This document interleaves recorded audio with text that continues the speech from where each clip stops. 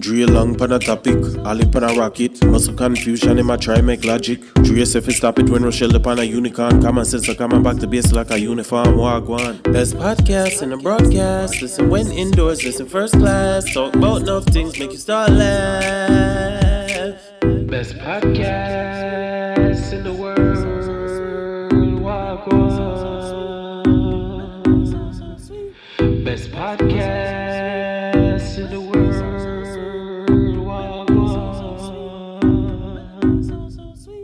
Wagwan, everybody, wagwan. Yeah, we're there. Greetings from the Most High. Joe! Jesus Christ. All right, guys, just a little bit of housekeeping before we get started. We have a YouTube channel. If you don't already know, now you know. The YouTube channel is the Wagwan Podcast. Please subscribe, like, and share any of our content.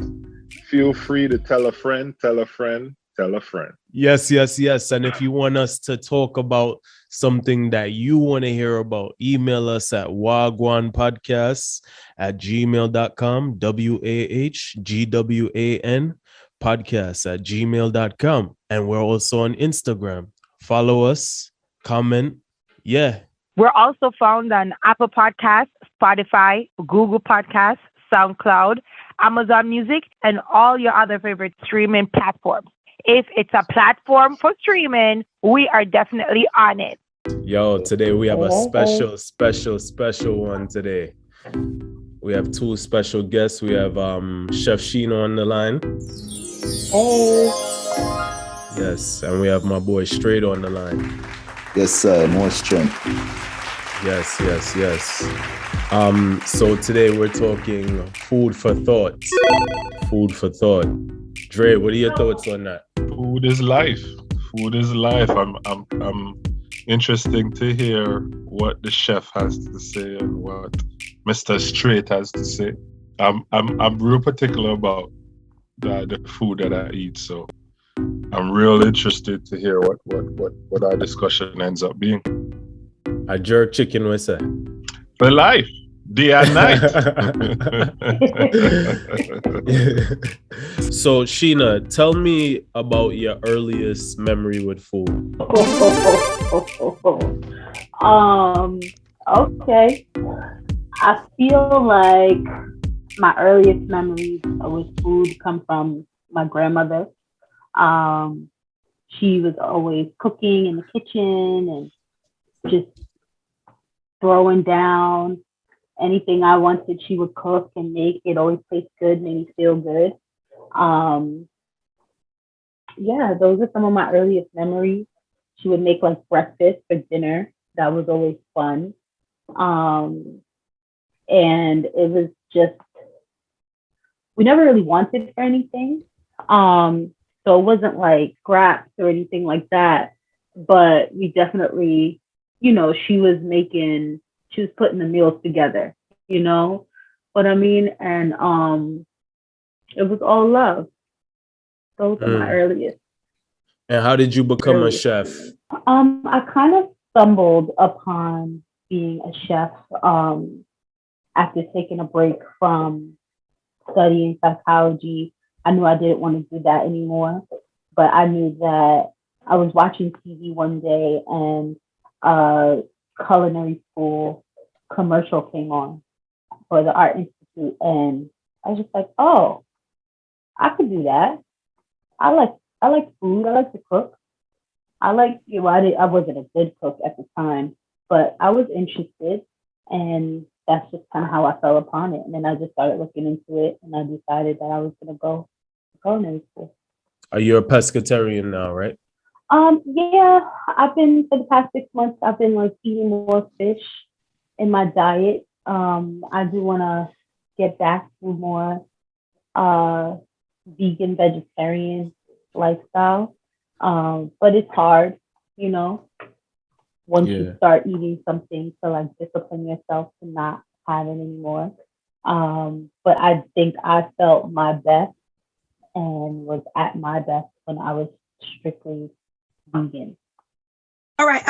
Just a quick question. What's the difference for those of our viewers that don't know the difference between a pescatarian, vegetarian, vegan? Like, what's the biggest difference between them? So pescatarian eats fish, but no steak or poultry or anything like that. No red meat, just fish and everything else. A vegetarian doesn't eat any meat, but will have dairy, like milk and cheese. And then a vegan, and eggs, yeah. And a vegan doesn't have any animal products at all. No eggs, no milk, no cheese, all plant-based. If it's shit, a vegan don't want it. Nah, vegans don't want fish sticks. I also heard that vegan is like some vegans don't like even the clothes they wear, the deodorant. Is that true? Yeah. I don't know if that's okay. Yeah, so some people will say like there's plant-based and then there's vegan. So vegan is like supposedly more extreme. Like you say, like they won't wear wool or leather and and things like that. And being plant-based is where they'll wear whatever they want, and they're doing it just because they like the food better, and not necessarily for the environment. Where a vegan is like, they really want to save the environment and they want to, reduce their carbon imprint and all of that good stuff. So it gets a little more serious when you, I guess, become vegan as opposed to plant-based. But I feel like you don't have to go so technical. Either you eat plant-based or you don't, or you eat vegan or you don't. It's your choice if you want to wear wool or leather or whatever. Strait, tell us a little bit about yourself and your lifestyle and how you eat now. Okay, well, a lot of people call me Strait. My name is Rome, but a lot of people call me Strait. I'm an NCSF certified personal trainer and health coach, and I also sell health products, which is sea moss, mainly sea moss, elderberry, sea moss coming from Belize and St. Lucia, straight from the sea, wild crafted, harvested and sun dried. None of the fake stuff that grow on top of the seas or in pools or nothing like that. So you asked about myself. So that's about myself. Now about how I eat, correct? Yes, sir. Or is there something that I'm missing? No. Yeah, tell me about how you eat now and how you fell into that lifestyle. Okay. The way my diet is set up, being that I'm a health coach, and I am plant-based, I would call myself a plant-based nutritarian, meaning I mainly eat for nutrients. So I would eat something that's more nutritious opposed to not, so I'll eat more on the raw side. You know what I mean? Like dark leafy greens, fruits and vegetables instead of like fruit snacks. They would say fruit snacks is vegan or probably plant-based, but it's not as nutritious as the fruit.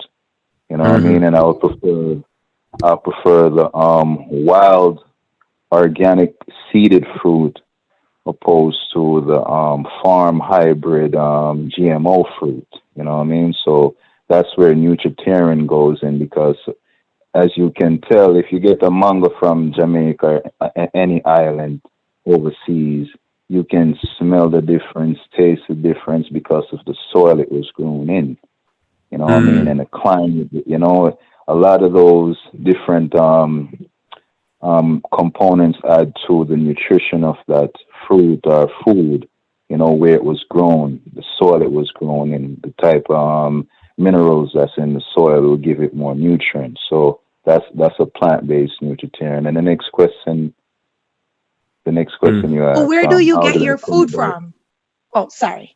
So you're good question. Food from school? Yeah, good question. Great question. I mainly get foods from in the US wherever they shipping it from, but most of it I'll try to seek out the organic opposed to the non-organic foods as much as possible.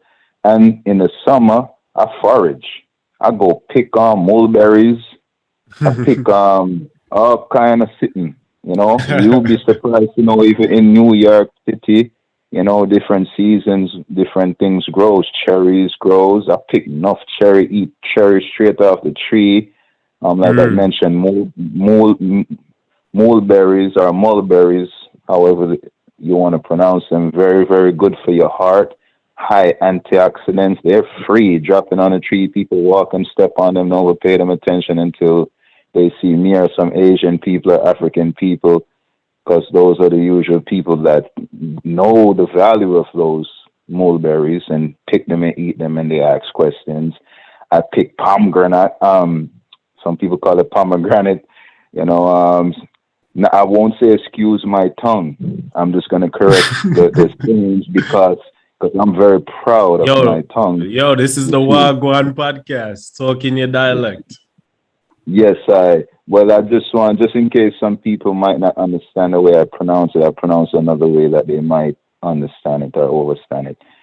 So yeah. And anybody ever visited New York or live in New York and pick a pomegranate in New York? I pick Empress. Huh? Where are you going to pick pomegranate? In the Bronx. What? Where in the Bronx? I'm asking you where. From people's yard, man. They out there. Oh, you jumping people's fences, bro? What's going on here? I ain't trying to get shot. Hey, I do what I must. I do anything for that organic, man. That's worth a shot, man. That good old organic. Man, listen, I had different types of figs, Turkish figs, the green one, the purple one, the brown ones, right from people's yard in my neighborhood. So much good organic. So I prize those things, the raw organic, because I was raised growing up eating off the tree. Like most of us, you pick a lot of the stuff that was either picked once by somebody else, freshly off the tree. Maybe. Excuse me? I said not most of us. I grew up on the standard American diet. I'm not from the island. Oh, you're not? Okay. All right. Mm-hmm. So, because I was raised... I missed the last thing you said. She says she's from New York. I said I'm from New York. Okay. I didn't know. Excuse me. So, yeah, the way I was raised, that's how I was raised, growing up eating from the tree, and I prize that lifestyle. And, it's a good thing I was raised like that, because maybe it helped my transition to who I am now, being a health coach, being into nutrition and fitness, and embracing more of those natural sun-grown, fruits and vegetables. So I have a traumatic experience growing up in Jamaica. I was on my veranda, porch, as Americans say. I was on my porch. I think I was eating breakfast. I was eating scrambled eggs and bread. I remembered this day so vividly. And I saw two guys running in front of my yard. And one of them kept running, and the other one jumped the fence of my neighbor across the street. So about 5-10 minutes later, I see this man walk up to my neighbor's yard and proceeds to jump the fence also. And then he whips out a machete and starts beating the guy who was there. And so the owner of the yard comes out and like, what in the world is going on here? Turns out that these guys went on his property, picked his mangoes, and ran. And he chased them to get back his mango or whatnot. Point I'm trying to make is, you are risking your life jumping people's fences in New York The pink pomegranates. I just wanted to point that out. Anyway, I think there is like a rule in Israel where you can eat your belly full in somebody's yard as much as you want, as long as you don't take any extra. It reminds me of that when you said that. We're not in Israel, and I never heard of that. But what's the difference? I'm sorry, go ahead. Mm-hmm. No, I'm saying, well, for the most part, the fruits are hanging over still, you know what I mean? I don't really have to go in the yard in most cases, but I'm not gonna lie, there's cases where I jump the fence to keep it real. Yes, it could be viewed as risking something, but I'm up for that though. You know what I mean? Yes. That's the type of person I am. I'm fearless as they come. If you get to know me personally, man, you know what I mean? Nice. Yeah, take chances, take risks. I ain't afraid of risks and chances. And, you know what I mean? Yeah. I'm one of those type of people, you know? So my next question for you, because you said you're a forager, and I find that so interesting. For those of our viewers who don't know what a forager is, could you please tell us? Another thing that I want you to answer along with that is, how do you know which berries are not poisonous, being a forager? Okay. Well, a forager is really someone who walks, travel trail and just experience new things, hunt. You can call it hunting as well, gathering. Some of them are called hunter gatherers, that was the old saying.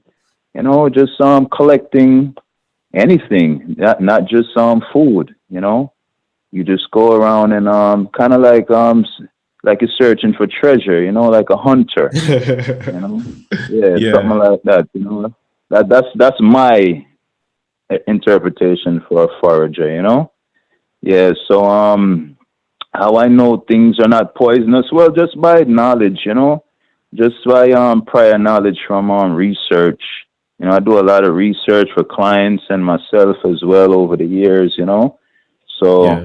There's some things that if I don't know, like over this summer I seen some low bush blueberries.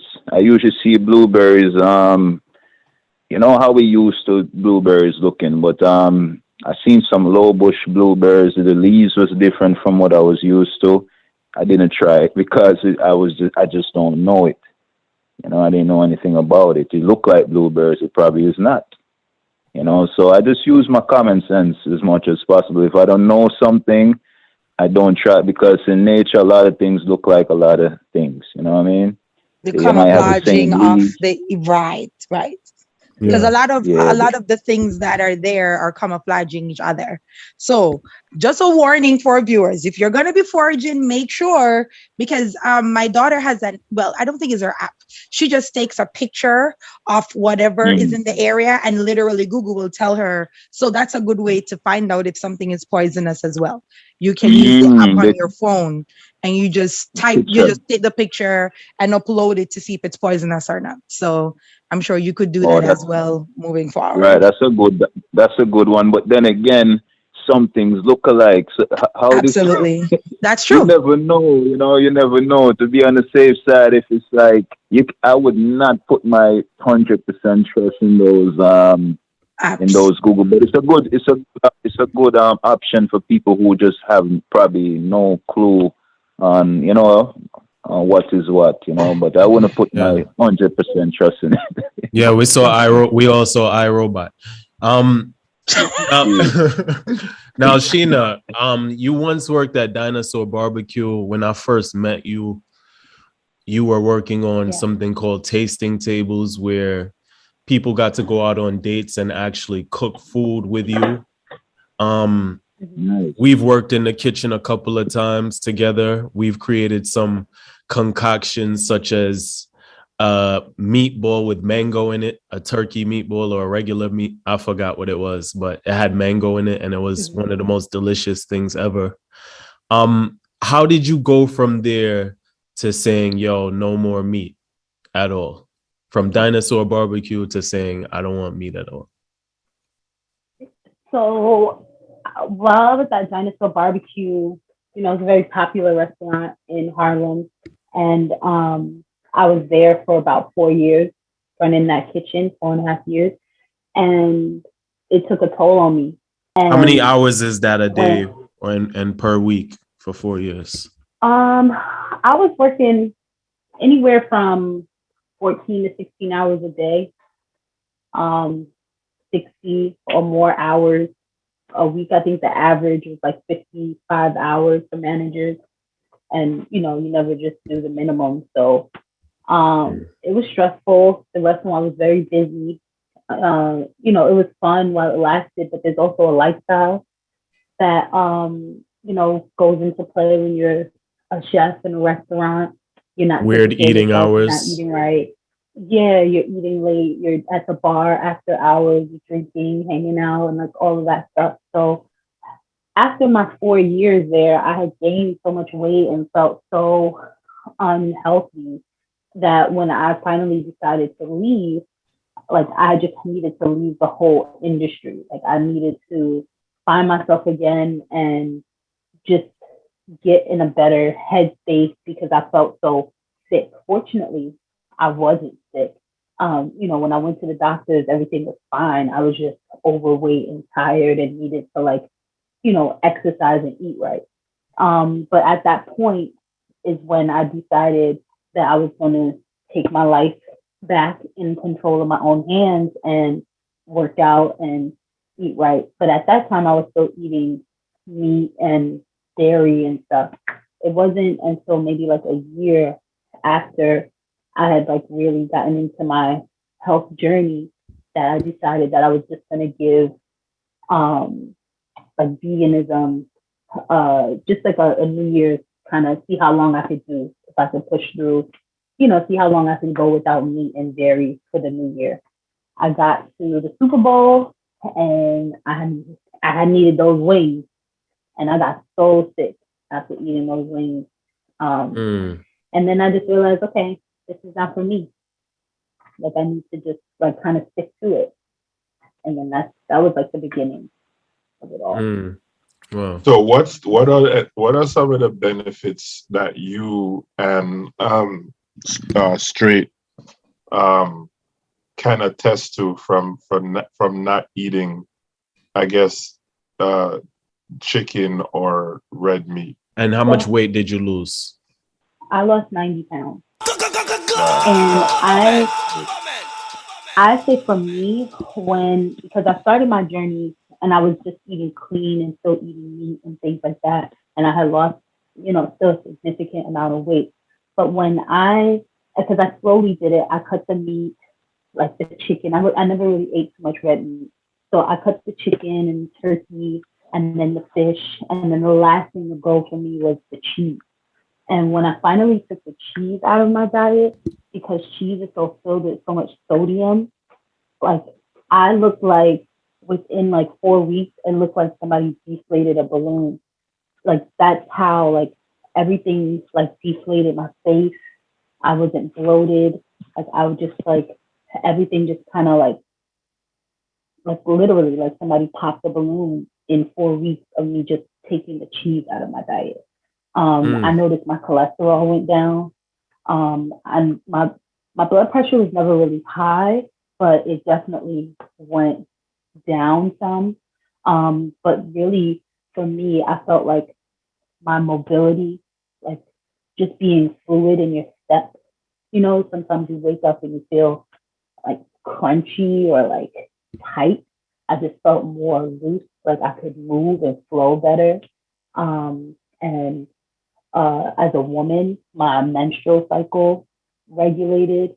I didn't cramps and all of that stuff went away from me. So those are just some of the things for me that I noticed in my body. Were you exercising at the time? Yeah. Mm-hmm. Oh, Dre, say that again. Say that again. You cut up. Were you exercising at the time? Yes, Sheena? I was. Mm-hmm. Yeah. So there's no real way to tell if it was you not eating meat or if it's your exercise routine got better. But maybe Well, were you exercising when you were eating meat? yes. So when I started my whole weight loss journey, I still was exercising and eating meat, but just trying to eat cleaner. So, I wasn't eating fried chicken. I was eating grilled chicken. I was eating like 3 boiled eggs in the morning. I was, I was still eating a lot of protein, with air quotes, you can't see me. So I was eating a lot of animal protein and all of that stuff and exercising. And I saw the most significant change when I changed my diet to a more plant-based diet. But it's also everybody's body is different. Everybody's body reacts to certain things differently. So I wouldn't go out and say everyone needs to like give it all up and become a vegan and and all of that good stuff. But like for me, it helped me and it changed me and it changed the way I looked at food, the way I looked at food in relation to like how it made my body feel. Before that, I would just eat and it was just like, I'm just eating because I need to eat. Now I look at food and it's more so I need to eat because I need to nourish my body. Mr. Strait, have you always been a vegan? And when if you can remember, how different your body was when you decided to give up meat? Yeah, well, I haven't always been vegan, and I like to call myself plant-based Nutritionist, not really vegan. But I started out being a vegetarian once I started my transition because my mother is a 7-year vegetarian. Well, I'm gonna really remember enough to tell you the honest truth. Maybe in my early adolescent. I would say early adolescent. Yeah, like maybe like 2021. You know, because my mother is a 7-day Adventist. Bop. And she I know my mother, I don't remember seeing her put no meat in her mouth. It's not one piece of chicken. Otherwise from fish. Like I said, she's a vegetarian. And vegetarians eat fish and thing. And you see it, but as the religion progressed for 7-day Adventists, they start to eliminate a lot of foods out their diet because they already been from morning they've been strict on their diet with not eating certain animals like like shellfish, pork, certain things they don't eat. So so they got even stricter over the years and they cut out a lot of meat business and stick more to more vegetables, and even like the meat alternatives, like fried patty and all kind of vegetarian stuff they use as alternatives. Soy, veggie chunks and all kind of something like that. Bulgur, So really, my mother really, through she, I started to take on to it more into my adolescent age and thing, and over the years, once I got a little older, I got more into working a lot, hustling a lot, and getting all engulfed into that lifestyle where money, chasing all the money, and end up get sick one at a time for just neglecting my health. Had a lot of money in my pockets, but my health was fading because I just hardly ever eat, number one, hardly ever put back the energy into myself after running myself down throughout the day. And then when I do eat, it's junk food at night, like oxtail, rice, and peas. Some people, sorry for call that junk food to some people, no offense, but that wasn't the best thing for me to eat after not eating all day, if you get what I'm trying to say. Especially late at night. Yeah. Especially late at night. And then you go and lay down. You lay down right after that. All of that on your stomach. Yeah, because throughout the day, I was just so busy focused on money. I might maybe drink a soup.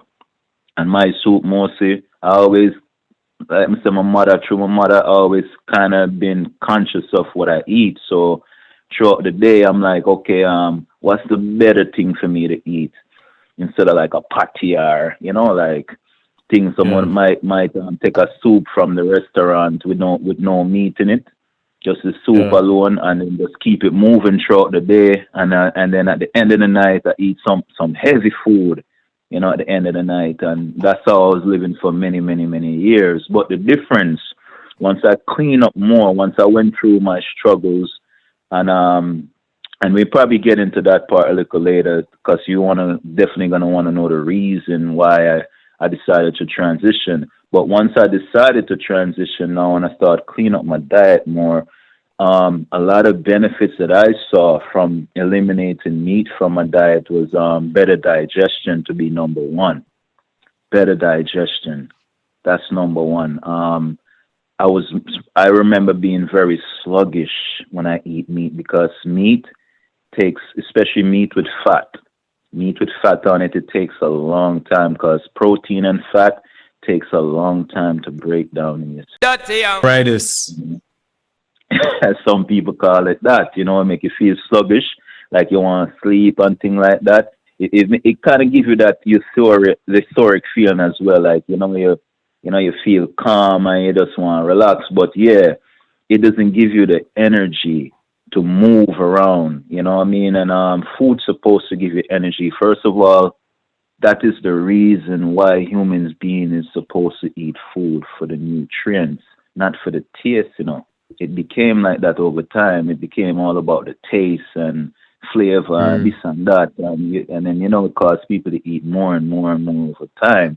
But when you think back of the original reason why human beings are supposed to eat food, it's supposed to give you energy, and your body's supposed to turn that energy into usable energy.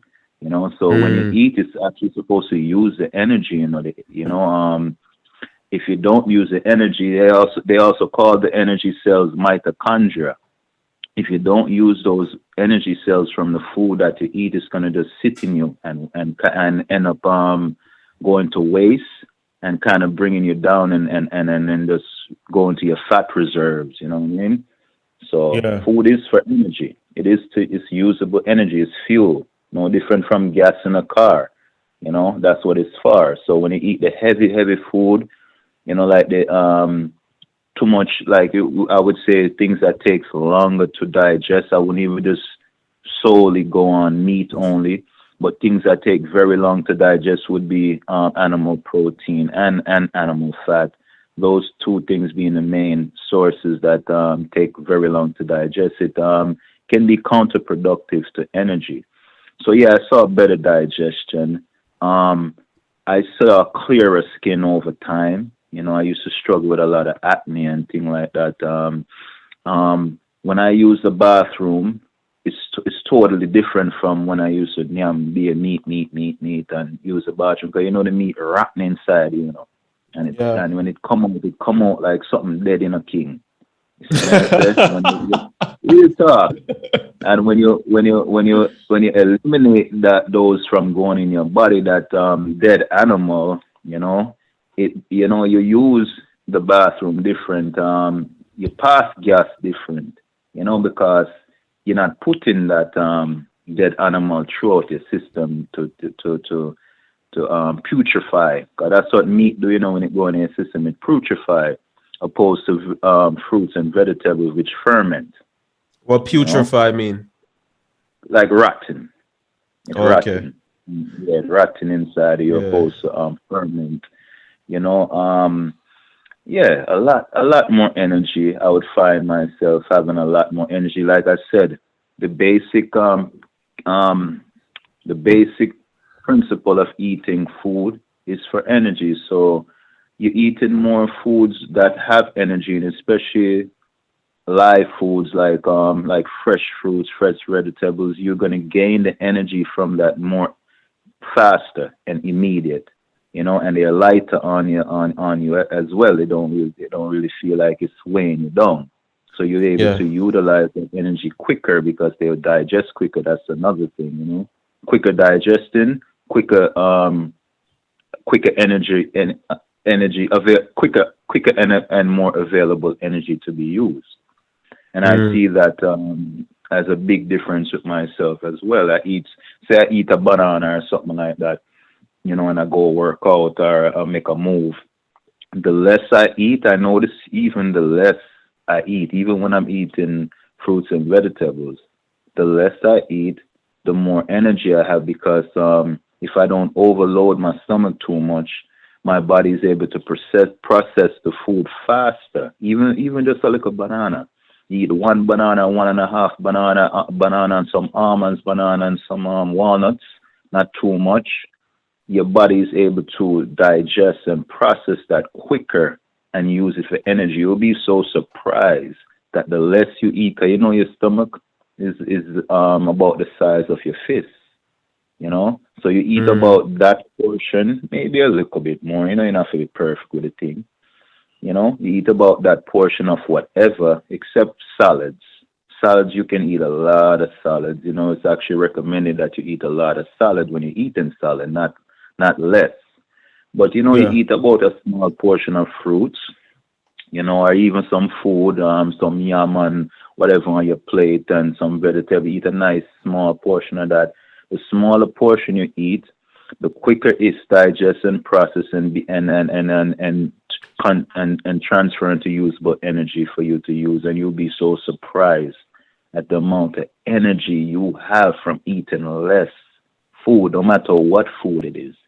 It don't matter if it's the raw grown provisions food or fruits or whatever, or nuts, the small amount you eat. And some people, they think quite the opposite.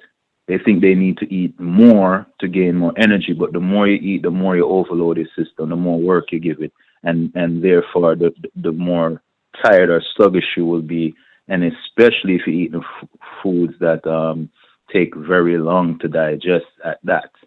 Those are just some of the obvious things that I noticed from changing up my lifestyle. And I just have to end it out with this, that it's not just about meat, about taking the meat out of your diet.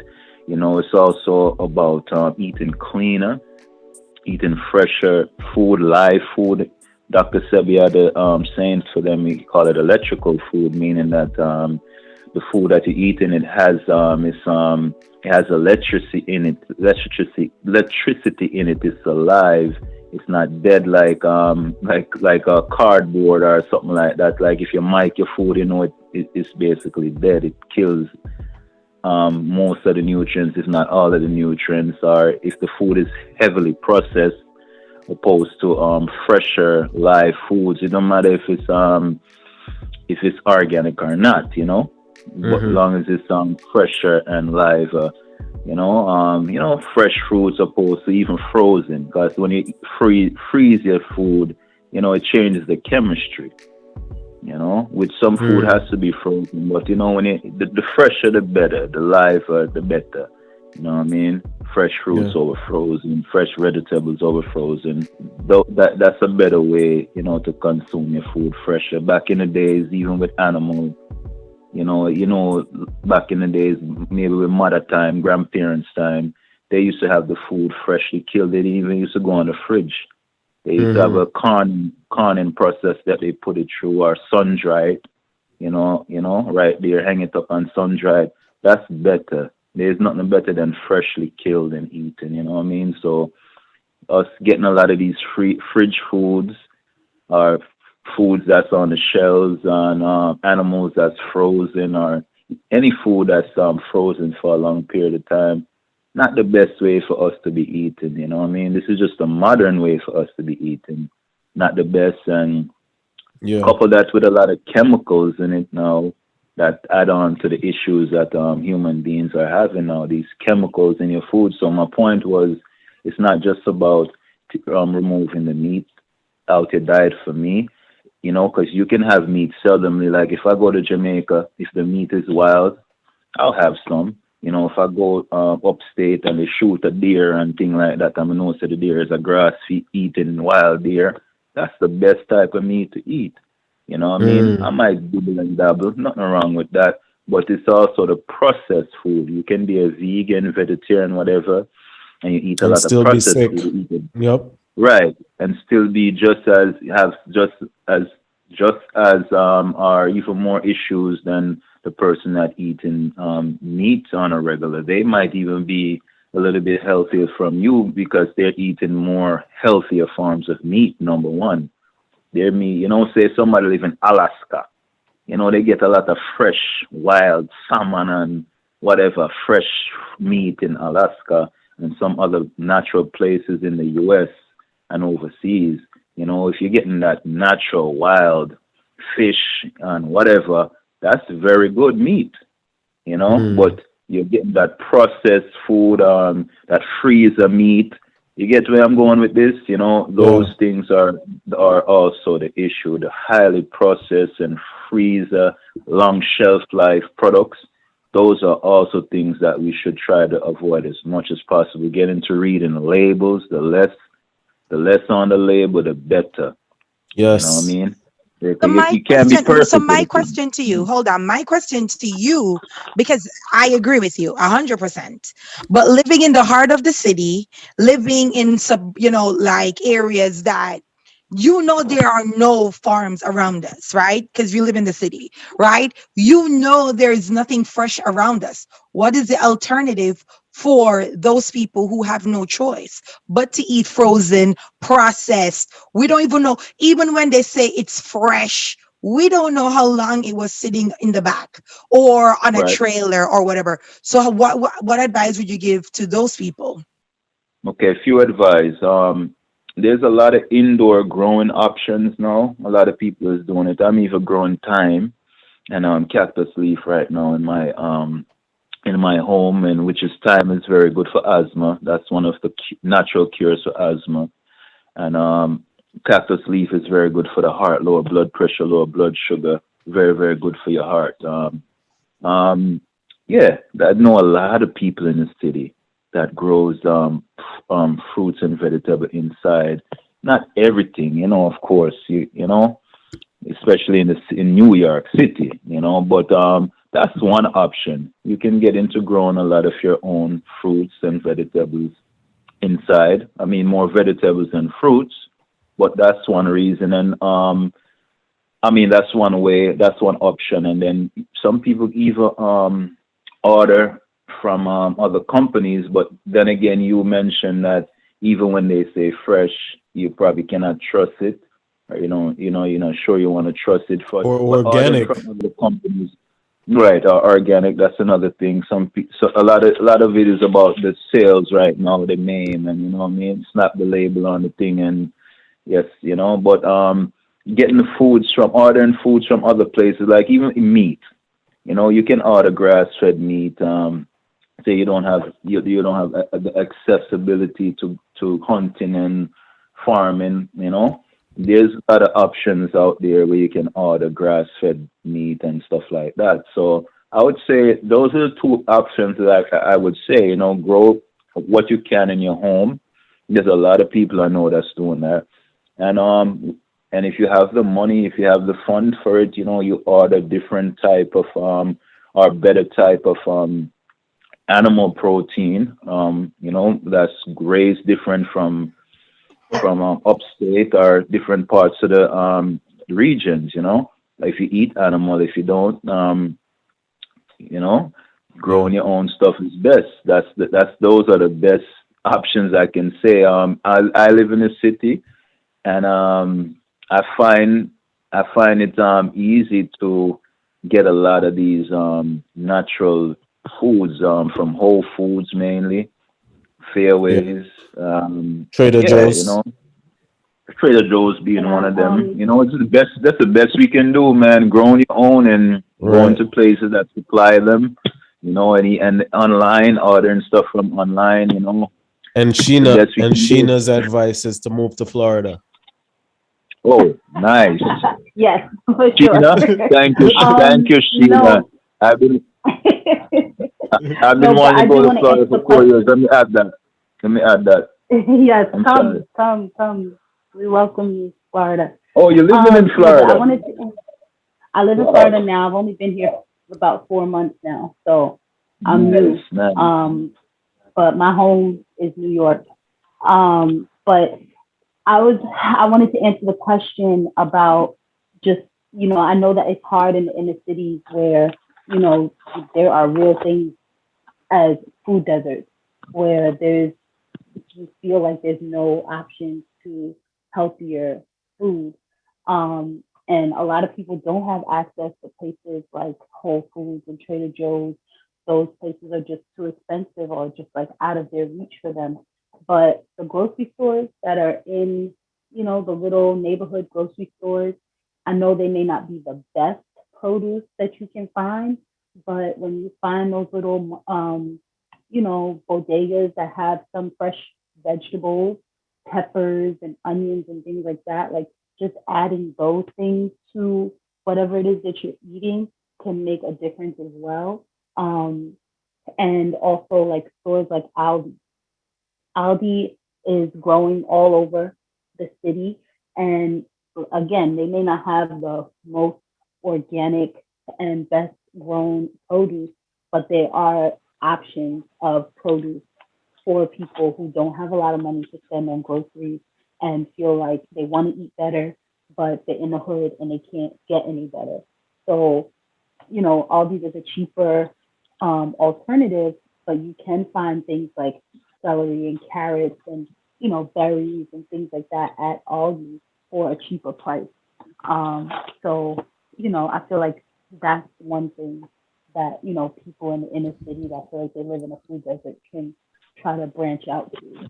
And I know in the city, especially like in Harlem and in the Bronx, there are a lot of, people outside selling fruits and vegetables just from a cart, you know what I mean? And let me add also, sorry, Sheena, let me add also that from springtime to fall, a lot of farms from New Jersey and upstate come to the city to sell their organic products. At 14th Street, you'll find a lot at Union Square every, I think, Friday. They'll, from like springtime all the way till fall, every Friday, they'll have a big market selling a whole bunch of fruits and vegetables. A lot of in the neighborhood by 161st and the concourse, there's a big market too, outdoor that they set up from spring to fall. So there's a lot of options and they're not expensive at all. It's just people think eating healthy is expensive, but trust me, the doctor bill from eating terrible is way more expensive. To Sheena's point, Aldi's one of my favorite places to shop. They're a little sister, little brother company to Whole Foods. That's their company. Whole Foods own them, and they're close by me too. I'm in the Bronx, not the heart of the city, but yeah, I'm uptown Bronx, and yeah, Aldi's is all over the place. They're a growing business, and they have a lot of organic options, and it's very affordable. So I agree with Sheena on that point. And also those vendors, street vendors that sell fruits. Some of them might not be the best quality of fruits and vegetables, but they're available to us. And to Ali's point, you made a point about vendors coming down from upstate in different parts, to do the marketing. I forget what they call it. What they call it market again? The farmers market. Yeah.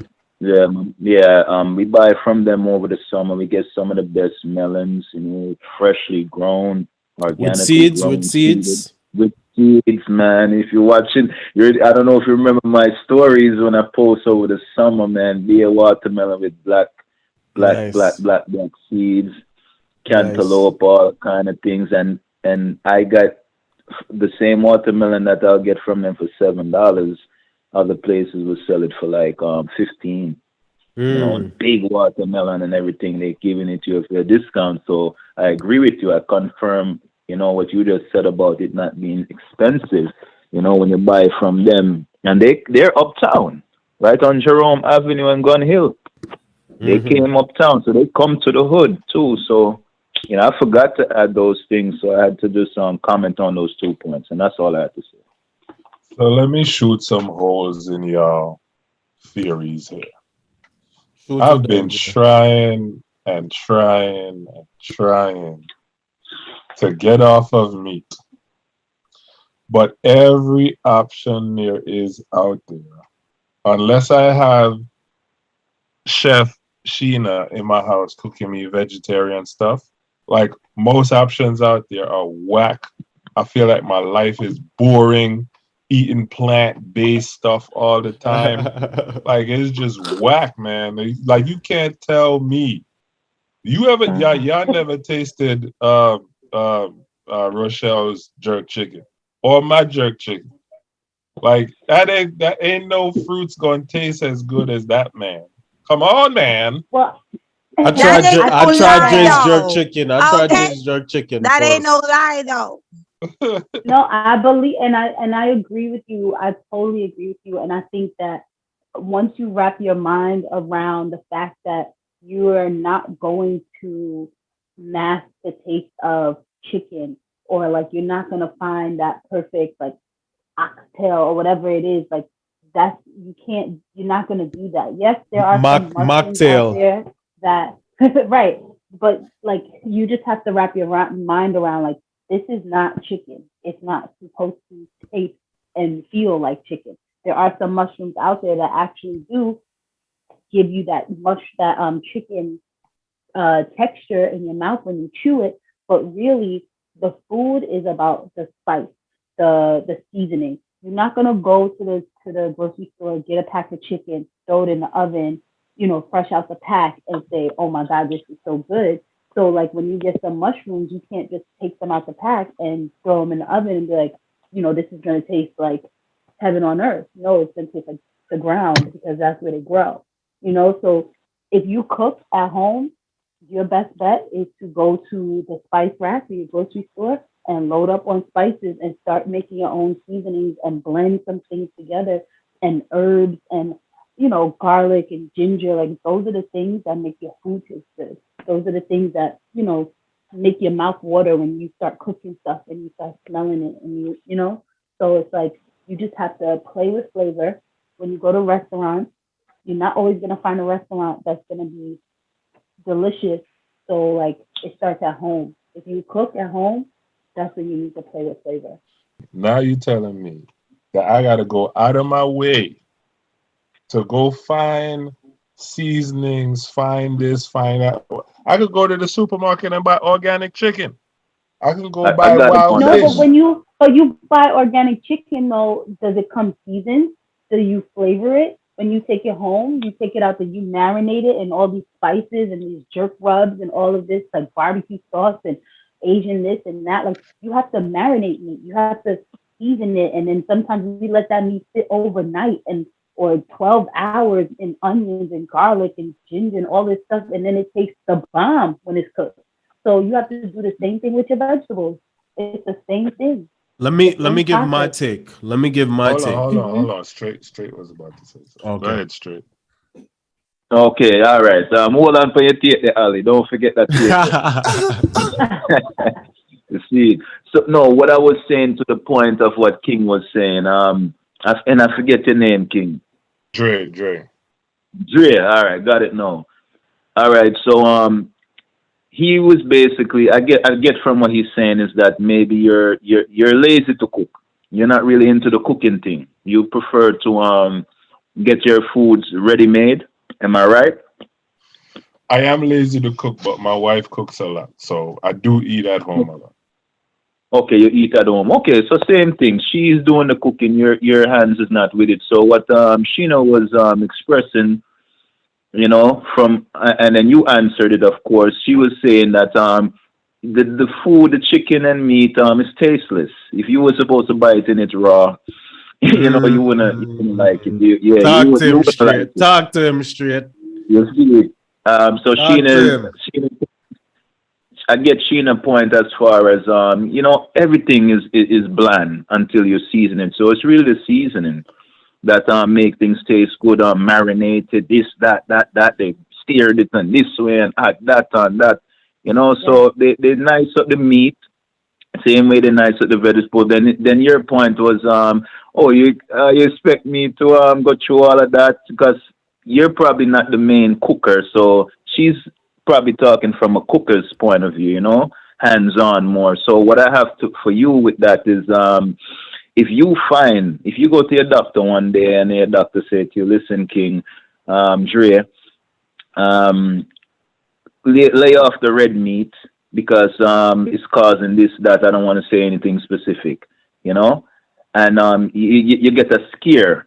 Would you answer the question? Would you decide to lay off of it and maybe go a little bit more into eating more plant-based or vegan at least a few times out the week? Because you're laying off the meat, not cutting it out. Period. Because it's probably a life and death thing. Just a health precaution. Would you take heed to that or no? If I ever was diagnosed with cancer, all meat shut down. But I'm gonna get in trouble. I've been telling my wife I want to stop eating meat, and the woman won't stop cooking meat, brother. It's like Ali was talking about that lady and that was trying to get black people to stop eating pork, and the wives were fussing with her. Yes, Shahrazad Ali. Yeah. Yo, let me interject here, and then I want to ask Rochelle a question. Yo, you'll never substitute meat. You'll never get that sweetness of meat. You'll never get it. But you'll learn to love without it. It's just like when you're having raw sex. What? And you have 1, 2, 3, 4, 5 kids, and you're like, damn, I had a 5th kid. Nah, I'm getting a vasectomy. You understand? So it's like you'll never get what you'll never get what you're looking for, but you'll get something greater in the end. You understand? Man, I'm trying to enjoy the food while I'm eating it. I ain't trying to say, yeah, I'm 80 and I don't have joint problems. I'm not 80 now. Come on, man. No, but you can enjoy food that's not meat. Like you can enjoy vegetables. You'll learn to love it. You will enjoy jerk lentils just as much as you enjoy jerk chicken. It's just a matter of you have to reprogram your mind and you have to be open to the process of trying it. And then I know that your wife may be the one who cooks in the house, but also maybe it's time for you to step up and start trying to cook in the house, because then that shows her that, okay, you really want to stop eating this meat. You in this kitchen now and you trying to get some vegetables. First of all, Dre wife is a vegetarian. That's number one. Sheena, Dre burn water, so that's not gonna work.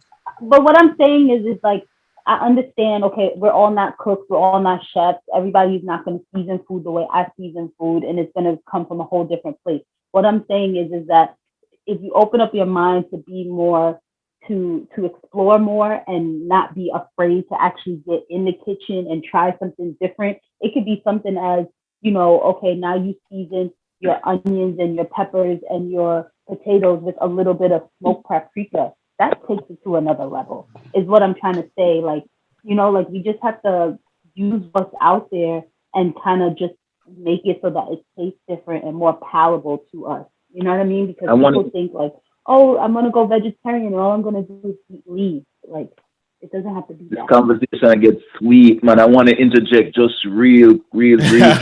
Interject the thing. To Dre, I deal with, a health coach. I mentioned that earlier, and I've been health coaching for like almost 2 years now. I've been personal training for about 5 years, health coaching for about 2 years now.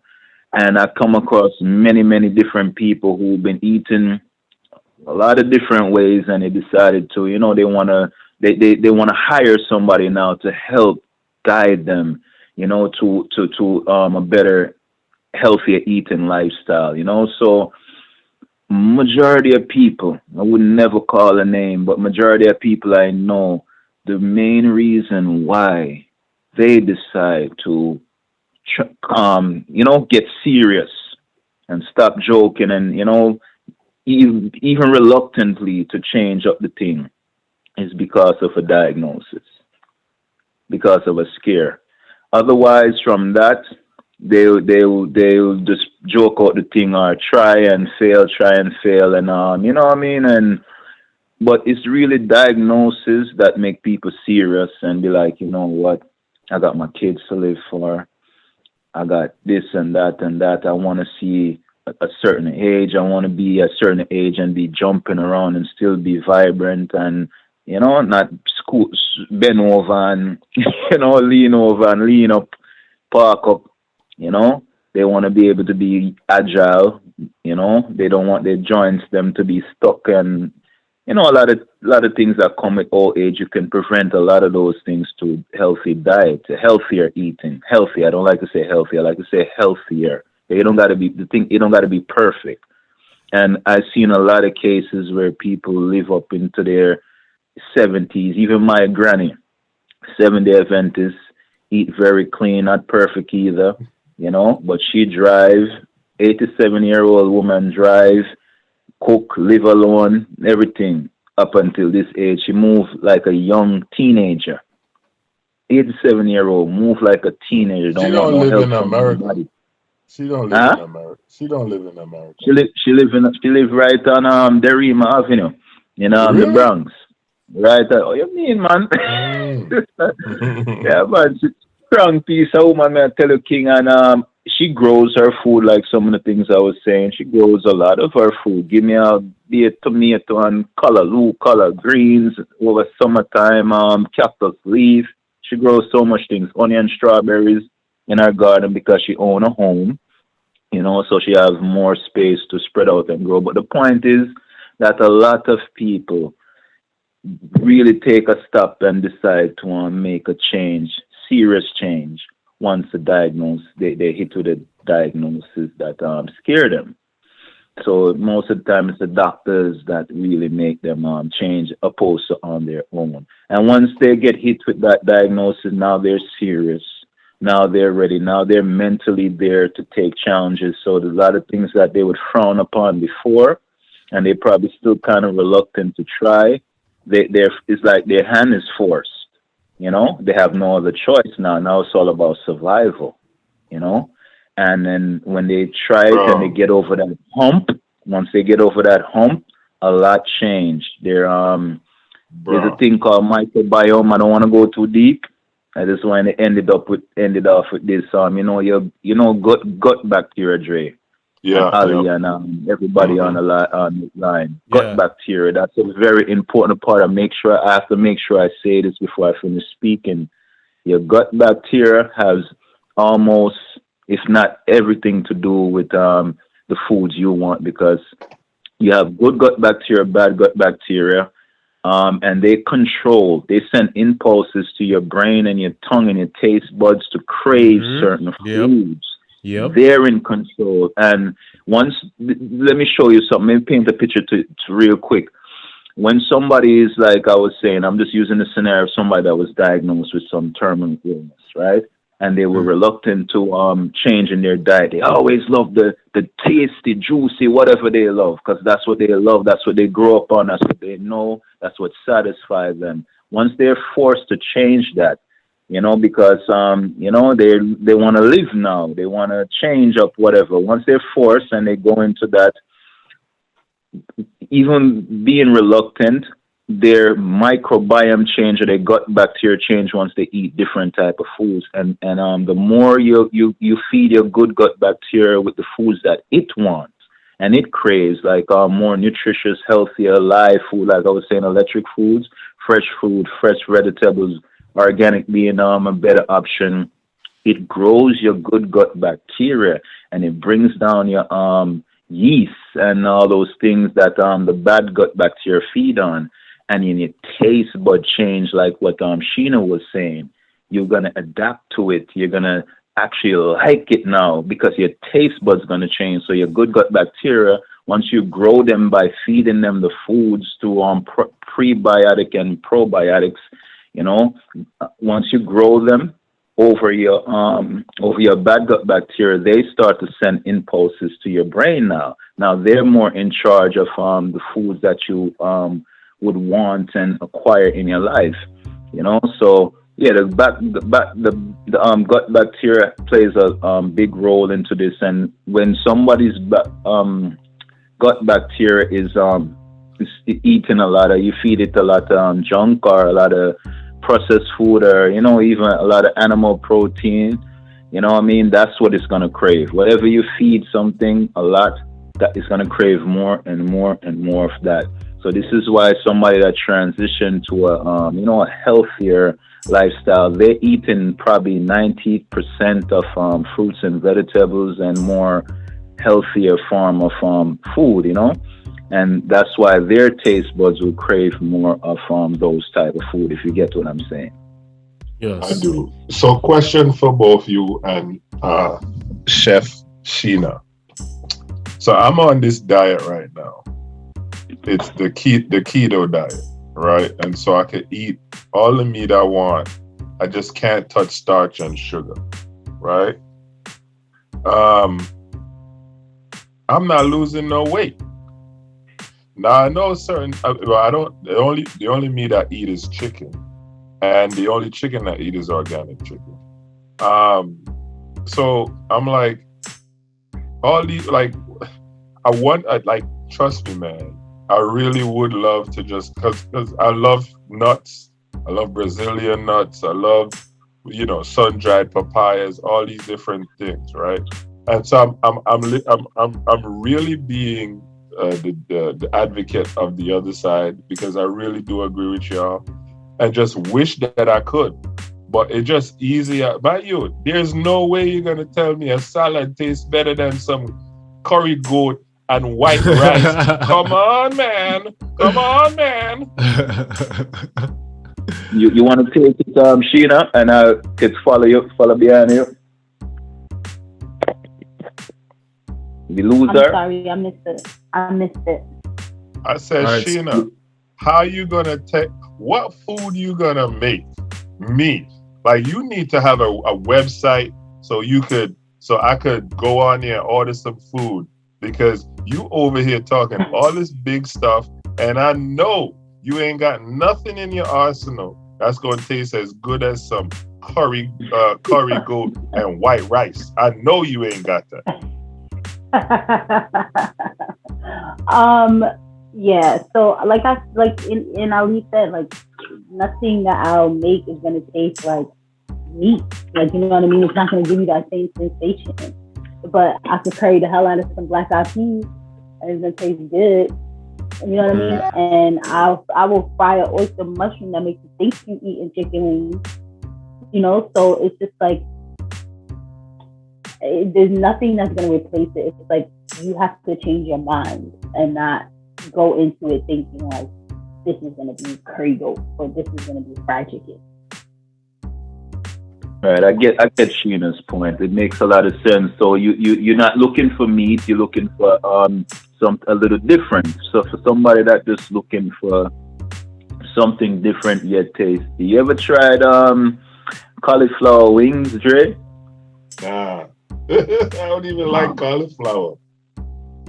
Oh, you don't even like? You probably love cauliflower for trying cauliflower wing, because that tastes just like fried chicken. But I heard that cauliflower isn't real, though. I heard that cauliflower is not. It's GMO. It's right. GMO. Exactly. So contradicting yourself. I don't think it's GMO. I think it's man-made. It's man-made. No. I guess that is GMO. Not contradiction. Cauliflower is that. That's not a contradiction on my part. It's just for people who are trying to convert. Right. For transition, you got to take baby steps. You got to take baby steps with them, as I do with my clients. I was gonna say something to Dre too regarding what he was saying about the curry goat and fried chicken. Like I have clients that still eat meat. Every client I coach is not vegan or plant-based or looking to transition into that. I coach some clients that have eat chicken, turkey, and all kind of something. But what I encourage them to do to transition into just eating healthier. That's my focus. It's never healthy. It's healthier, because the thing don't have to be perfect. So I would have them just put more vegetables on their plate and less of the starch. Still meat, still have your meat, whatever amount of meat you usually eat. Just for starters, just for beginners, and just substitute more vegetables and less starch, because most people, they'll eat more starch or more carbs on their plate with the animal protein, correct? A little piece of fat might be avocado or some of the chicken fat or what kind of animal fat, gravy, and then they have a small little bit of vegetables on the side. So and if that's cooked down, it kind of kills all the nutrients too. Right. Yeah. So I get them into eating a lot more vegetables, even if it's steamed vegetables. Steamed vegetables is fine, but raw is better, of course. You're getting that live electrical, whatever, enzymes from the raw, more vitamins, nutrients, and stuff like that, because it's not heated. But yeah, for starters, transitioning, beginners, that's the way I go with them. Just add more vegetables, whether steam or raw, opposed to the starch or carb. Another point that Dre made about the keto diet, I'm totally against the keto diet. The keto diet, I would not recommend that diet for anyone. The body runs off carbon, which is glucose, like yam, banana, stuff like that, fruits, which have fructose, sucrose in it, So glucose is the main sugar that the brain uses and run off of. So when this keto diet, it basically goes against carbs. No carbs, because, carbs actually suck up water. That's one thing carbs do. So somebody can tend to have a lot of water weight on their body because they eat a lot of carbs, like, rice, starch. A lot of sumo wrestlers get big because they eat a lot of rice. It's mainly because they eat the rice and they drink a lot of water. So the water suck the rice or the potato or whatever. It suck up the water and it keep a lot of weight on you in that way. But there's a lot of ways, in my opinion, to lose weight without doing the keto diet. The keto diet is not for long term either. I would suggest anybody that's trying that diet to do it for a short period of time, maybe a month, and that's it. I think it's a very dangerous diet, detrimental. It's going against the way humans were meant to eat. Humans were meant to eat carbs or glucose, not really say carbs per se, but you can choose to eat some kind of form of sugar, like from fruits. Vegetables have sugar, or like what Sheena just mentioned. Sugar is what the brain run on. So glucose. And go ahead. And then you also have a flexitarian. You can say, yo, okay, 3 days out of the week I'm gonna eat meat, and 4 days I'm not. That's perfect. You could flex on that. You could, you know what I'm saying? I want to ask Rochelle though. Rochelle's been a little bit quiet. Not really, but a little bit.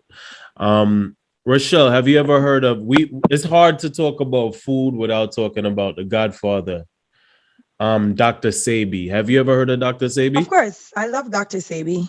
Now, I want to ask you personally, because I don't know some people do and some people don't. Do you believe what he said, that every disease can be cured? I agree. Every disease can be cured. I believe that everything that we eat comes from the earth, and everything, all the cure is going to come from the earth as well. I remember growing up, of course, Adventist household. There were two books that I feel every Adventist growing up, maybe I'm assuming, but I just felt like everybody had those two books. One was the Healing Wonders of Herb, and one was the Healing Wonders of, I think it was water or something like that.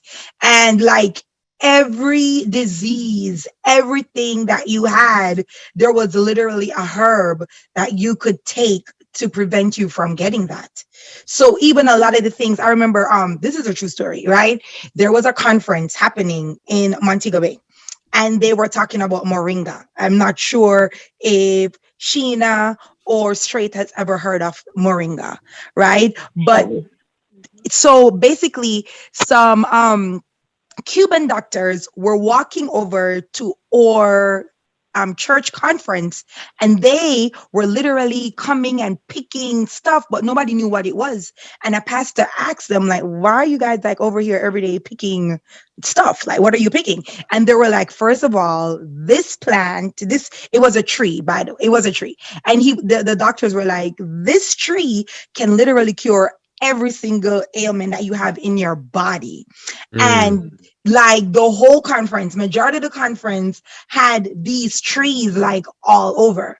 So the Saturday they had a major conference at the conference meeting there, and I guess the pastors did their research about moringa and stuff like that, and they were talking about it. And the minute they showed the picture, everybody ran out. I'm talking like Holy Ghost filled people of the church. They all ran out. Literally, my mom said there were even the root. These people were bagging up. Like none of the trees were left by the time the service was done. And so I believe like everything can be cured with absolutely, because God gave us that. It's all over, it's all around us. It's just us knowing how to ingest them and the best way to ingest them. So yeah. Thank you. And there's Leaf of Life and there's Echinacea. Absolutely. I have Leaf of Life at my house in Jamaica. Yes. Leaf of Life was everything. Listen, what these scientists do and these people that are not from the culture, they take out the active ingredients and put it in a pill, but they don't realize that the inactive ingredients and the active ingredients is what God put together for the healing process. Yes, sir. You understand what I'm saying? I absolutely agree, because I remember even with pomegranates, they were saying that, pomegranates are not good. And a lot of people stopped taking care of their pomegranates because they started to focus more on cranberries.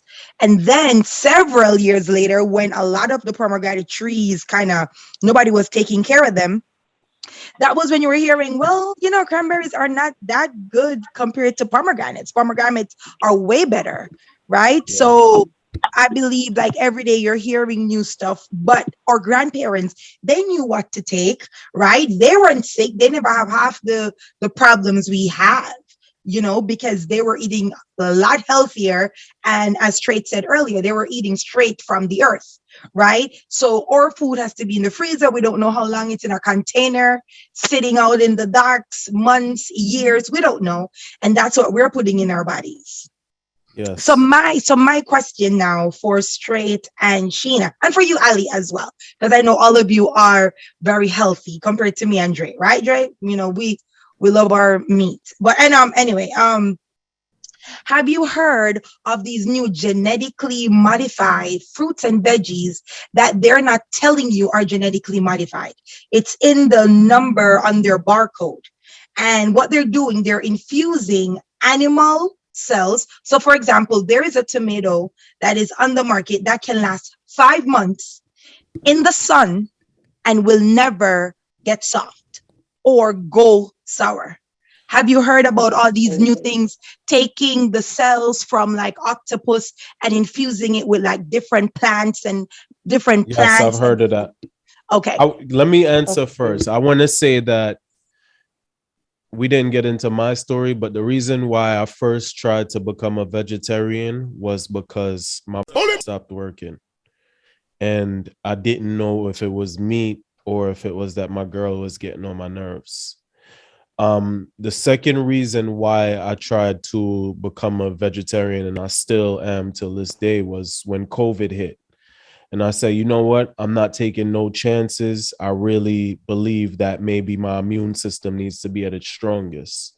So I fully stopped eating chicken in 2021. Now, I follow Dr. Sebi, and I'm working to be on his diet. And what he says is no blood, no starch, only food made from God, not food made from man. Tomatoes are actually not made from God. Tomatoes are created from man. So I stay away from things like tomatoes. To answer your question. Anybody else? So all y'all are saying then all I gotta do is drink moringa tea every day and I could eat all the meat I want?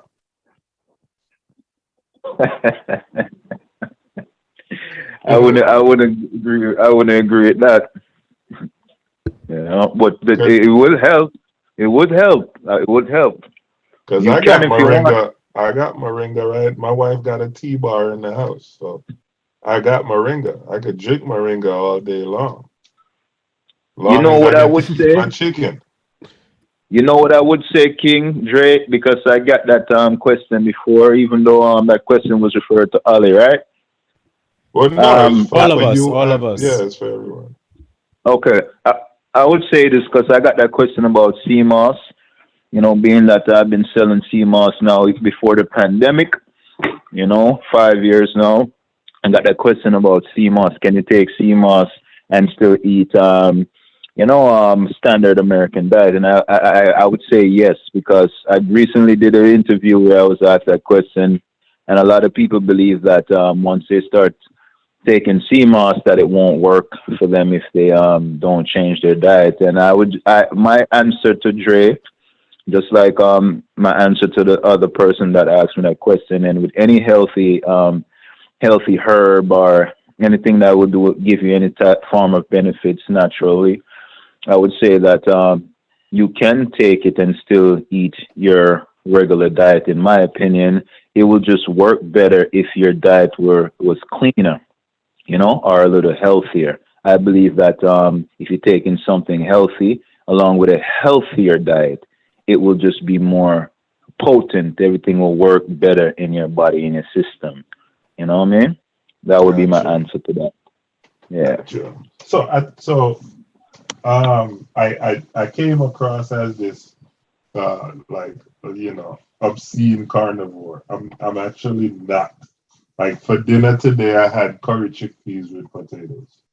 So I'm not this crazy carnivore that can't get off of meat. However, I just know that when I try to get off of meat, like I feel like my life is boring. Like I feel like how like you look forward to lunch, you look forward to dinner because it's like oh man, you come in the house and you smell whatever is cooked, and when I recall eating a cleaner, like my times when I decided, hey, I'm done with meat, like I just felt like life was boring. Like food was boring, everything was boring. Let me ask you this, Dre. Because every individual is different. You would you say you look forward to eating a meal every day? Like when you're thinking of breakfast, as soon as you get up, you're thinking about lunch after breakfast. You're thinking about something in between, in between dinner after lunch, and then after dinner you're thinking about a snack. Are you that type of person? Yeah, I snack. But like I try to make my snacks like clean. So like I have bags of nuts, and like I told you, I would buy like Brazil nuts and sun-dried papaya, and I'll put them in the same bag. And that'll be my snack. Like throughout the day, I would munch on that.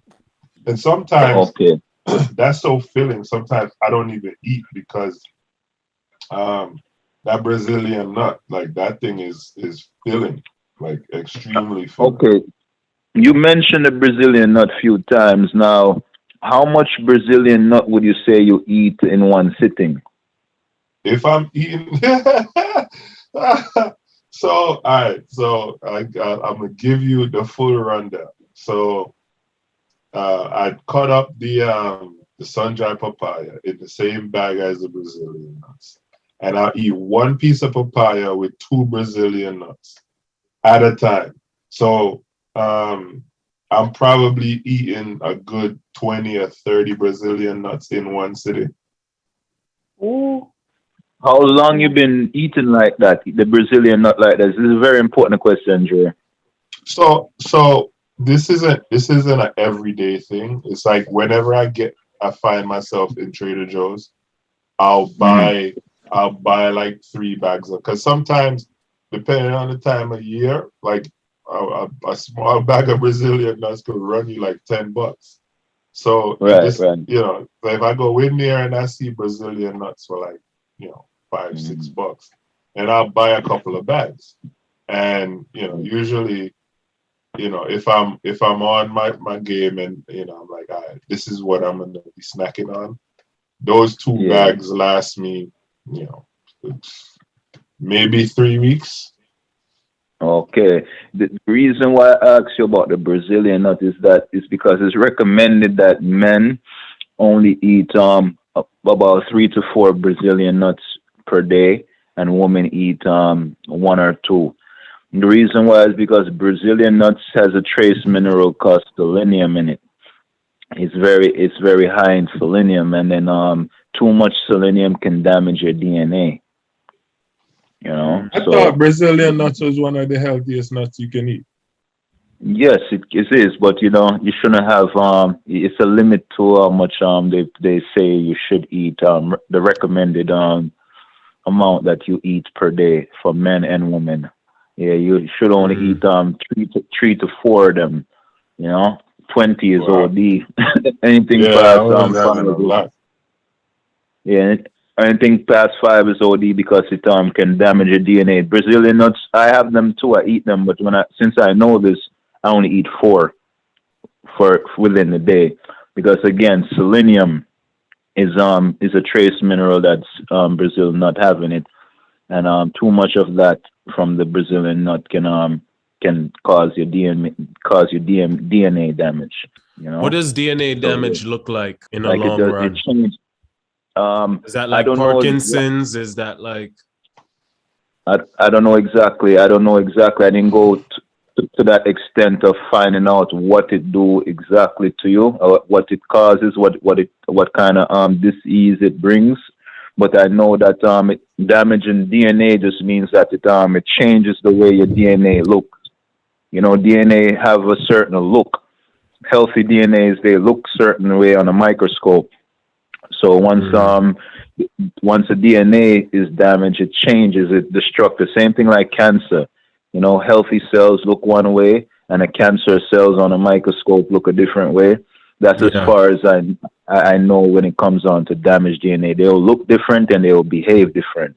And I guess behaving different wouldn't be the best thing for you. You know, so probably eat less of those Brazil nuts. I'm not buying it no more because. Okay, hold on. No.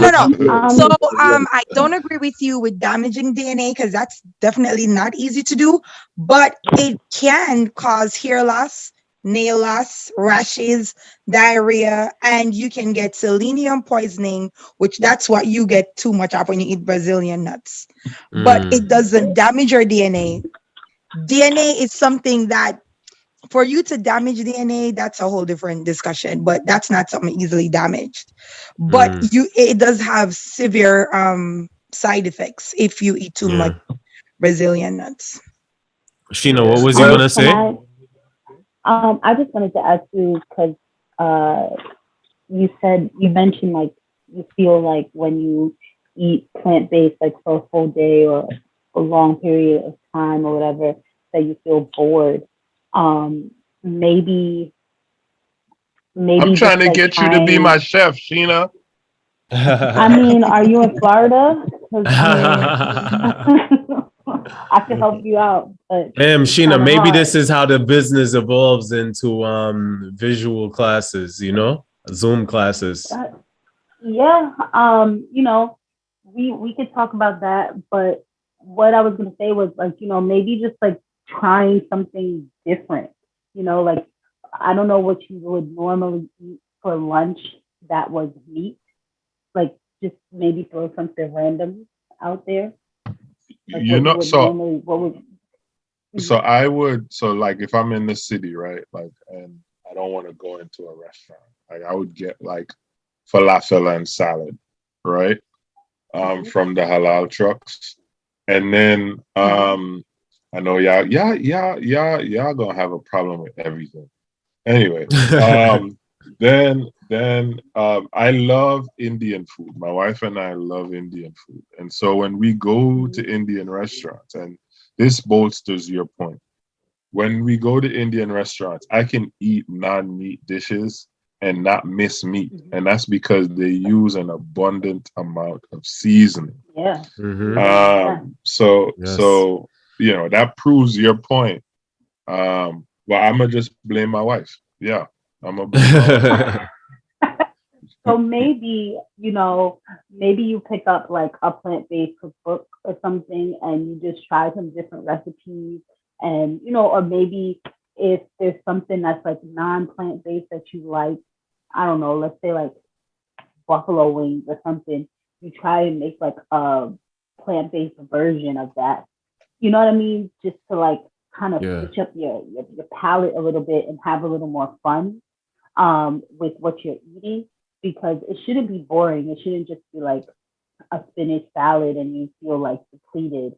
You want to feel like nourished and satisfied and full. You want to have that salty, sweet, crunchy kind of thing going on every time you take a bite of your food so that you feel satisfied. And let me also add, sorry, Sheena. Go ahead. These alternate healthier lifestyles is 10% mental and 90% preparation. As my granny would say, if you fail to plan, you plan to fail. If you are looking in the fridge and there is nothing there to eat, you ain't get groceries and you're about to hit outside, you most likely gonna falter and fail. It's all about having your groceries ready so that you do not falter and fail. Right. You know what I did when I first started doing plant-based and I wanted to like get my friends on board with it, like trying it with me, and maybe this is something to try with your wife. We would do every Friday, everybody would find a plant-based recipe of something that was non-healthy, that we like nachos, we made mozzarella sticks one time, we made buffalo wings, like all these different things. Everybody will find a recipe, get together, and we would just go to one person's house and cook, and then just kind of, just chill out and have like vegan, kind of comfort food and just like trying different things. Because, just because we're trying to plant-based doesn't mean that we necessarily, you don't always have to be so everything healthy and green. Sometimes you just want comfort food. Sometimes you just want mac and cheese that's not going to make your belly bloated, from all the dairy or whatever.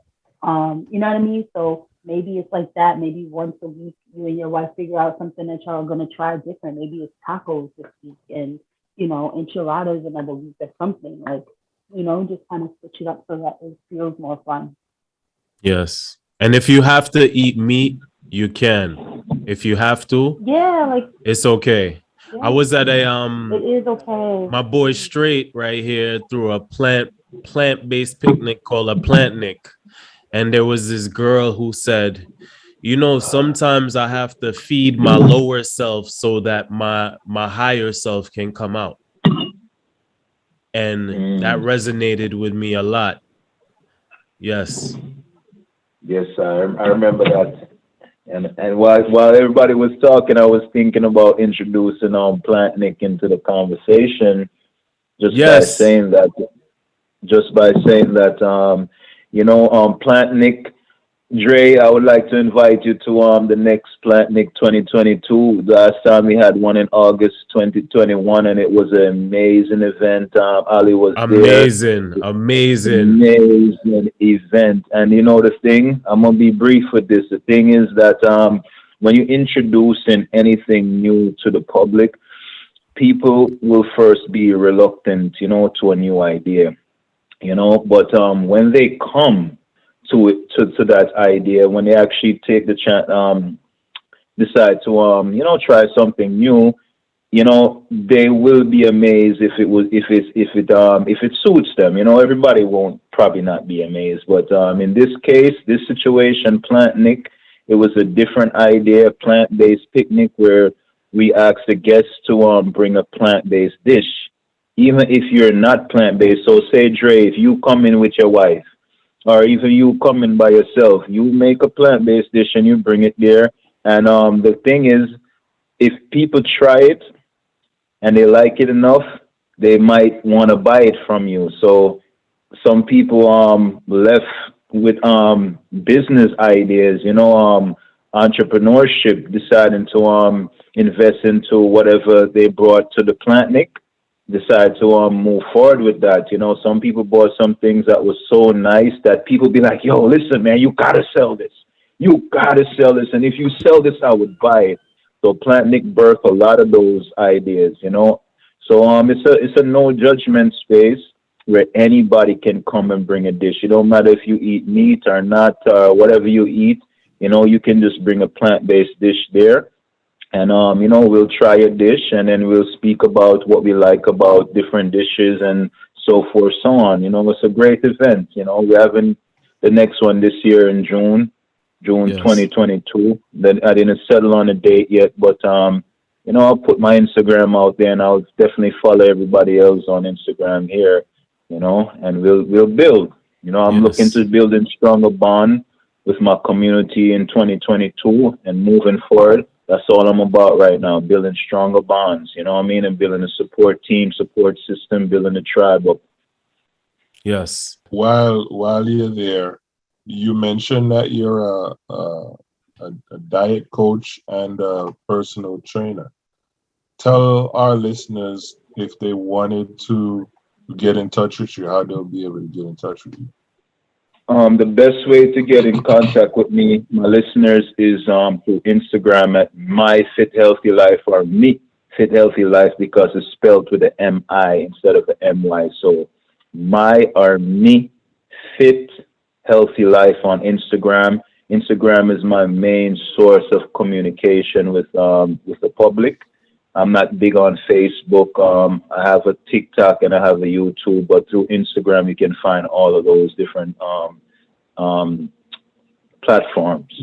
And you have an event coming up too, right? Right. I also have this is another one that's new for me and probably new for other people. It's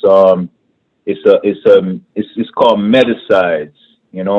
Basically combining meditation, yoga, stretching, and light exercise into one movement, something different. Most people probably never medicized before, so it's the first of many event.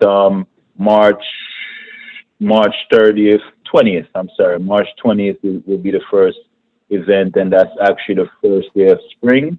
So it's called the Spring Edition. So Medicize, you follow me on Instagram, you want to experience something different with us, come to experience it. I'm sure so people gonna believe saying it's great, just like Plantnik, but reluctant at first, and once they come, they'll be amazed. I can guarantee you, because I do Medicize with the clients that I train, and they love it. They fall asleep towards the ending of the session. They feel like they just got massaged or something, you know what I mean? And Yeah. it's a great feeling. It's different, it's new, and I can show you better than I can tell you. It's only a few slots available. It's only 6 slots available. So anybody interested and available to check it out, RSVP ASAP. The link will be in my bio. The link is in my bio on Instagram. So yeah. Okay, beautiful. And Sheena, what are you working on? How can people hire you? What is it that you do? Because you sound like you got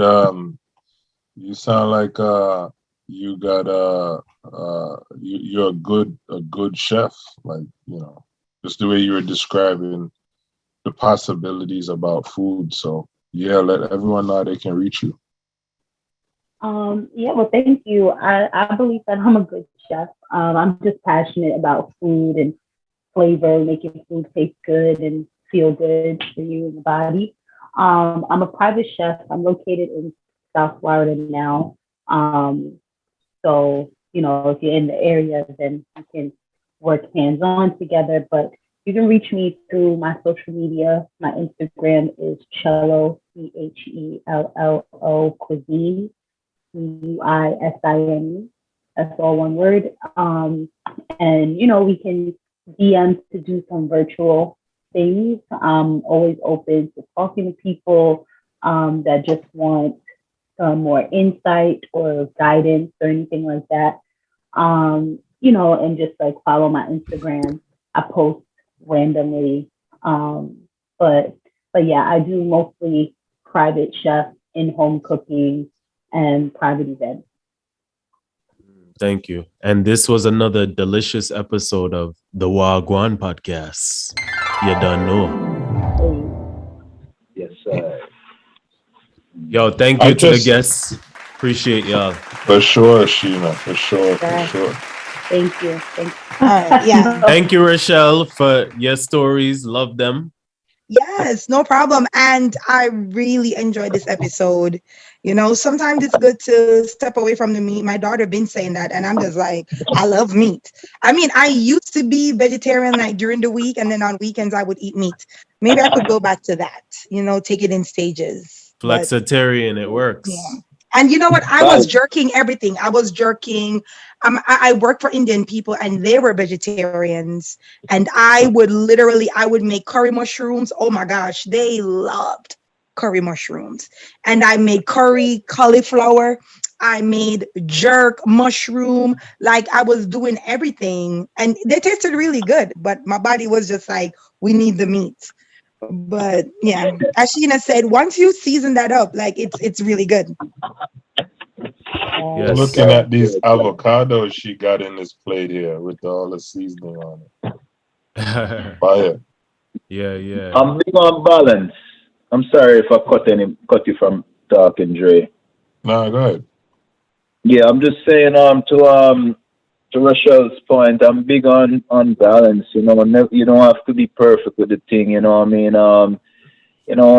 But balance is good though. Including healthier foods in your diet is a good thing without forcing it. Still have whatever you want. Like to me, I would say this boldly to y'all, and I say this to my clients. I say boldly to anybody. It just didn't come up in the conversation we was having, but I have a 90-10% rule. It's called the 90-10 rule, where I feel like as long as you eat in 90% of your diet, you can 10%, you can have whatever you want 10%, as long as you eat in 90% of your diet. So a lot of people think whatever their diet be, whether it's vegan, vegetarian, plant-based, whatever, they believe that they have to stick to it 100%, and if they fall off, they probably go binging and they feel like they failed, and then, like they really just fell off, like if you was a Christian and you backslide, it's not the same thing, you can, as long as you eat in 90% of your diet, you can mess up 10% of the time. That's fine. So once in a while, I would have something that's outside of my diet once in a blue, just to remain sane. You know what I mean? Just to feel like I'm not depriving myself of life. Because sometimes it seems that way when you hear about vegan and vegetarian and different healthier lifestyle, healthier way of eating. It seems like you have to be like 100% or not. No, that's not the way I look at it, man. As long as you're 90%, 80 to, you could even say 80 to 90%, whatever. But I choose to go at 90%. As long as you eat in 90% of your diet, you can mess up 10% of the time, or just enjoy yourself. Don't call it mess up. You can indulge or whatever, or treat yourself once in a while, have something that you usually don't have. You know what I mean? That's fine, because you're giving your body more of what it should have, So yes. That's a good way to look at it. Yeah. And link up Strait for the personal training or the CMOS or the purple CMOS.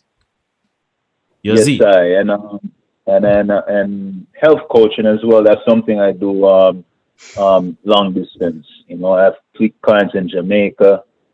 I have clients in Canada. I have a client in Canada, one client in Canada, but I have a few clients in Jamaica. I have clients in Georgia, not only locally. I have clients all over when it comes to that. Yes. Health coaching. Yeah. Thank you, Dre. Thank you, guys. Thank you, guys. Everybody. Yes. Thank you, Ali, Sheena. everybody. Love everybody, You're yo. I welcome. have some amazing Yes, much friends. love. Yes. All right, look Have a more. good night. All Bye-bye. right. Good night, guys. Bye. Stay connected. Let's stay connected. No stress. Yeah. All right.